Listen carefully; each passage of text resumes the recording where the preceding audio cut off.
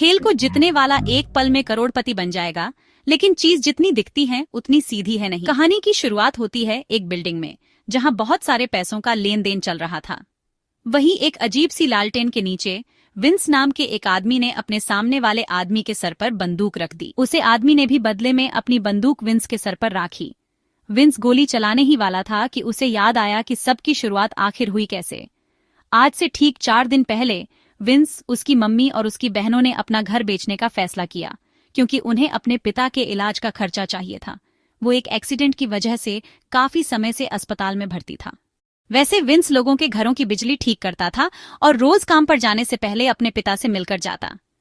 आज वो mister Harrison के घर पर था, जिसे एक गुमनाम चिट्ठी मिली। हैरिसन नहीं जानता था कि एक पुलिस वाला छुपकर उसकी तस्वीर खींच रहा था। जब उसने अपनी गर्लफ्रेंड को इस चिट्ठी के बारे में बताया, तो विंस ने उसे कहते हुए सुना कि चिट्ठी के बाद ये लोग जल्द ही मालामाल हो जाएंगे। फिर शाम को घर लौटकर विंस ने अपनी बहन का जन्मदिन मनाया, जिसे तोहफे में बकरी का बच्चा चाहिए था। उधर देश के दूसरे कोने में जैस्पर नाम के एक आदमी को कुछ खतरनाक लोग मिले, जिन्होंने उसे $2 मिलियन उधार देकर 3 दिन के अंदर $3 मिलियन लौटाने को कहा। अगले दिन वो फिर से हैरिसन के घर गया, जो अपने दोस्त से कह रहा था कि एक खास काम उसे एक दिन में करोड़पति बना देगा। फिर अपने दोस्त के जाने के बाद हैरिसन अपने कमरे में बैठकर शराब पीने लगा, लेकिन ज्यादा पीने की वजह से उसकी मौत हो गई। मौके पर पुलिस आई, जिसने दिल से थोड़ी पूछताछ करने के बाद उसे जाने दिया। लेकिन जाने से पहले विंस ने हैरिसन का खुफिया खत चुरा लिया। उसमें न्यूयॉर्क जाने के लिए ट्रेन टिकट थी और पोस्ट ऑफिस से कुछ सामान लेने के लिए पर्ची भी थी। प्रिंस ने पोस्ट ऑफिस जाकर अपनी आईडी दी और सामान ले लिया। उसमें एक फोन, $500, एक चाबी और एक खत था, जिसमें मकड़ी बनी हुई थी। खत में लिखा था कि उसे पैसों का इस्तेमाल करके न्यूयॉर्क में होटल में रहना होगा, और अब प्रक्रिया सिर्फ इस नए फोन का ही इस्तेमाल के बारे में बताया गया था। और जब पुलिस पोस्ट ऑफिस पहुंची तो पता चला कि विंस ने हैरिसन का सामान लिया है। ये खबर डिटेक्टिव मलिन को मिली, जो इन खुफिया खातों का केस सुलझा रहा था। अगले दिन विंस न्यूयॉर्क की ट्रेन में बैठ गया। वो नहीं जानता था कि एक पुलिस वाला उसका पीछा कर रहा है। न्यूयॉर्क पहुंचकर वो एक होटल में रुका। जब कॉल आई तो उसने हैरिसन बनकर बात की, और अगले दिन पोस्टनर स्टोर जाकर चाबी से एक डब्बा खोला, जिसके अंदर एक नया खाता और एक और ट्रेन टिकट थी। उसे एक लकड़ी का टुकड़ा मिला, जिस पर 13 लिखा हुआ था। खत में बताया गया था कि उसे एक स्टेशन पहले उतरना होगा। ट्रेन में टच ने उसकी टिकट देखकर पुलिस को बता दिया कि वो कहाँ जा रहा है, लेकिन वो तो एक स्टेशन पहले ही उतर गया। इस तरह वो जाने अनजाने में पुलिस से बच निकला। इसके बाद उसे एक टैक्सी लेकर शहर से बाहर जाना था। वहां टैक्सी के जाने के बाद उसे एक और गाड़ी लेने आई।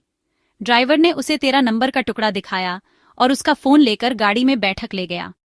पुलिस छानबीन करती हुई कुछ देर बाद वहां पहुंची, लेकिन टैक्सी वाला उन्हें नहीं बता पाया कि विंस आगे कहां गया है। उधर ड्राइवर विंस को जंगल के बीचों बीच ले गया। वहां 2 आदमियों ने उसे साफ कपड़े दिए और पुराने कपड़ों की तलाश की, यहां तक कि उन्होंने जूते का पिछला हिस्सा तक तोड़ दिया। अब विंस एक नई जगह पहुंचा, जहां कई अमीर लोग मौजूद थे। वहां उसकी मुलाकात हुई जिसने उसे यहां बुलाया था, लेकिन उसने देखते ही पहचान लिया कि ये हैरिसन तो नहीं है। विंस ने बताया कि ज्यादा शराब पीने की वजह से हैरिसन की मौत हो गई थी, इसीलिए उसकी जगह वो आया है, और जो के पास विंस को खेल खिलाने के अलावा और कोई चारा भी नहीं था। उधर नीचे काफी ज्यादा पैसों का जुआ खेला जा रहा था। जैस्पर ने नंबर 6 पर सट्टा लगाया, और जो उन्हें विंस पर, जिसका नंबर 13 है। ये सट्टेबाजी का खेल असल में जिंदगी और मौत का खेल है। विंस को एक बंदूक देकर बाकी खिलाड़ियों के साथ गोले में खड़ा कर दिया गया। हर किसी को एक गोली मिली, और बंदूक की नाली घूमने पर उन्हें लुक अपने सामने वाले खिलाड़ी पर रखनी होगी। जैसे ही ऊपर लगे मकड़ी वाले लालटेन में बत्ती जलेगी, सब गोली चलाएंगे, और जो भी बच जाएगा वो अगले राउंड में चला जाएगा। विंस बेहद डरा हुआ था, और कप कपड़े हाथों से उससे बंदूक में गोली भी नहीं डल रही थी। आखिरकार बत्ती जली और कुछ लोग मारे गए, लेकिन राउंड अभी पूरा नहीं हुआ, क्योंकि विंस ने गोली ही नहीं चलाई थी। अभी इससे सिक्योरिटी आ गई और उन्होंने विंस से जबरदस्ती गोली चलवा दी। खुशकिस्मती से सामने वाला आदमी बच गया। पहले राउंड के बाद जो ने विंस को डट करके हौसला दिया। जिन अमीर लोगों के आदमी मार गए, अब वो जो के पास आकर विंस पर सट्टा लगाने लगे।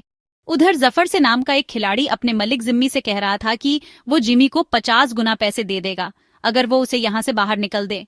जिमी को समझ नहीं आया कि अगर उसके पास इतने पैसे हैं तो वो एक खेल ही क्यों रहा है। उसे बताया कि वो जेल में हुआ करता था और एक दिन उन्होंने उसे एक बक्से में बंद करके एक बिल्डिंग में भेज दिया। लेकिन जिमी को उसकी बातों से कोई फर्क नहीं पड़ा। वैसे जफर को भी अपने खिलाड़ी पर सट्टे मिल रहे थे, जो कि कोई और नहीं बल्कि उसका अपना सगा भाई रोना था।